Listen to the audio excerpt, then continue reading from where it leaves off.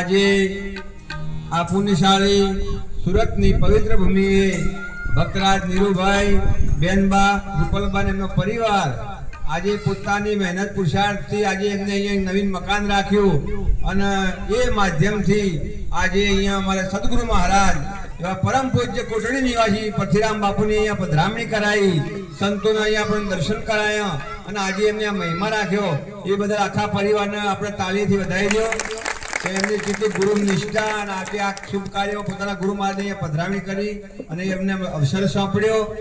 હવે આપણે સંતો મહાપુરુષો વિશેષ પધાર્યા છે.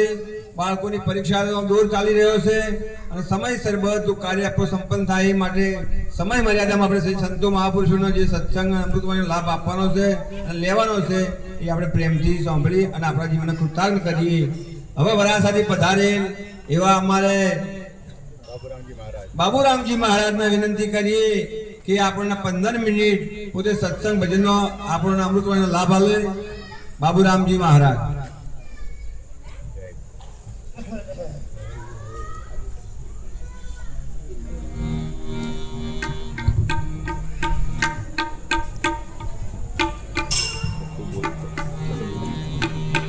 ગુરુ સદગુરુ મહારાજ, સદગુરુ નિરાજ, સદગુરુ ગજાનંદજી મહારાજ, સદગુરુ અંબારામ મહારાજ, સદગુરુ પૃથ્વીરામ મહારાજ, પધારેલા રે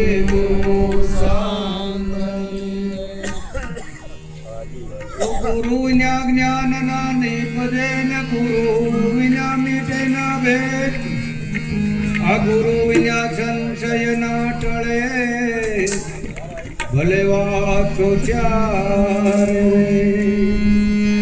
તો નામ લિયા તન સબ લિયા ન સકલ શાસ્ત્ર કા ભેદ, બિના નામ નરકે ગયે પઢ પઢ શ્યારે, આ પઢ પઢ શ્યારે.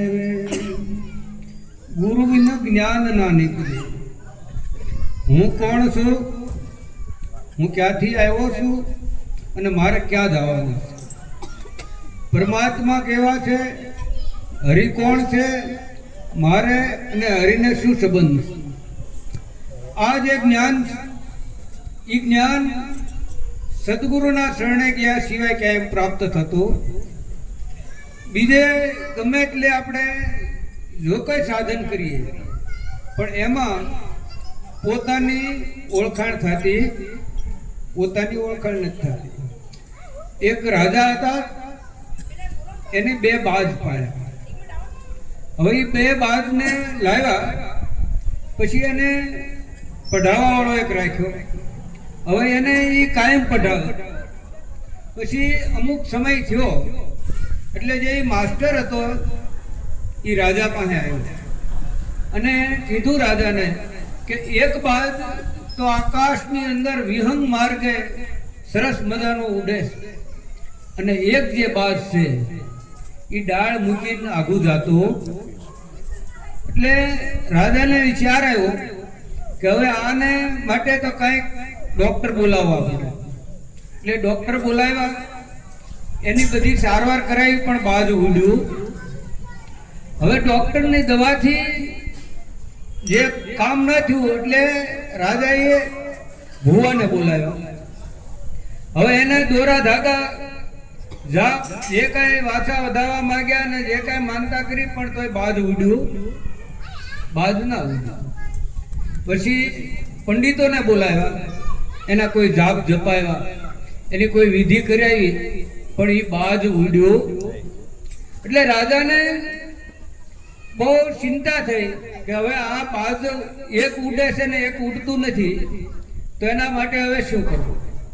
એટલે એની જાહેરાત કરી કે કોઈ આવીને જો આ બાજને ઉડાડે તો એને મોં માગ્યું ઇનામ આપવામાં આવે છે. એટલે એક ખેડૂત હતો, એ ખેડૂતને વાત સાંભળી એટલે તરત એ આવ્યો, રાજાને કીધું કે ભાઈ એ કામ મને મને હો. એટલે ખેડૂત આવે છે અને બીજા દી જ્યાં રાજા આવે છે તો કહે છે બાજ તો સરસ મજાનું જો આકાશમાં ઉડી રહ્યું છે. એટલે રાજાને આશ્ચર્ય થયું કે ડોક્ટરો બોલાવ્યા, આ ભુવા બોલાવ્યા, પંડિતો બોલાવ્યા, પણ બાજ ઉડ્યું. તો ખેડૂતને કહે છે એવું તે શું કર્યું કે આ બાજ એક જ દિવસની અંદર ઉડવા લાગ્યું? તો ખેડૂતે કીધું કે રાજા બીજું કાંઈ નહીં કર્યું, મેં જે બેઠું હતું ને ડાળ જ કાપી નાખી. એ ડાળ જ કાપી નાખી એટલે ક્યાંય બેહવા પણ એને રહ્યું નહીં. એમ આપણે પોતાની ઓળખાણ કરવા માટે, હું કોણ છું, પરમાત્માની ઓળખાણ કરવા માટે આપણે ગમે એટલી બીજા કોઈ પંડિત પાસે જાય કે ગમે એટલે આપણે પુસ્તક વાંચીએ, ગમે એટલા જાપ કરીએ, ગમે એટલું તપ કરીએ, પણ પોતાના સ્વરૂપનું જ્ઞાન થતું.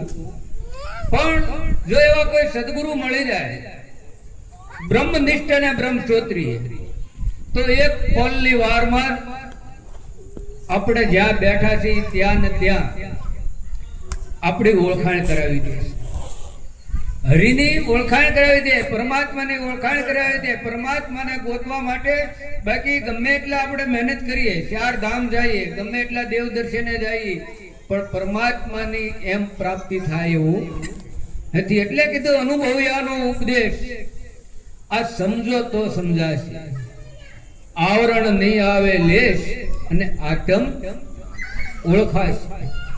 આજે અનુભવનું જે જ્ઞાન છે, એ અનુભવનું જ્ઞાન લેવા માટે એવા કોઈ અનુભવી પુરુષના શરણે જ આવવું પડે, એવા અનુભવી સદગુરુના શરણે જ આવવું પડે.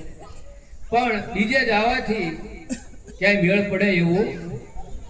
જેમાં આપણને કોઈ દર્દ થયું હોય, એ દર્દનો જે સ્પેશિયાલિસ્ટ ડોક્ટર હોય એની પાસે જાય તો એ દર્દ મટે. આપણને આંખ દુખતી હોય અને હાર્ડવેદ પાસે જાય તો આંખ મટે. એમ આ જે મહારોગ છે, જન્મ અને મરણનો, વારે વારે જન્મવું, વારે વારે મરવું, આ રોગમાંથી મુક્તિ મેળવવી હોય તો સદગુરુ સિવાય આ 3 લોકની માલપા કોઈ આપણને એમાંથી બચાવી શકે એવું? જો એમાંથી બચાવે તો ફક્ત ને ફક્ત એક સદગુરુ એવા છે કે આપણને આ જન્મ અને મરણના ચક્કરમાંથી છોડાવે. બસ હવે જાદુ નહીં બોલતા, મારી વાણીને સદગુરુના શરણમાં સમર્પણ કરું છું. બોલો સદગુરુ.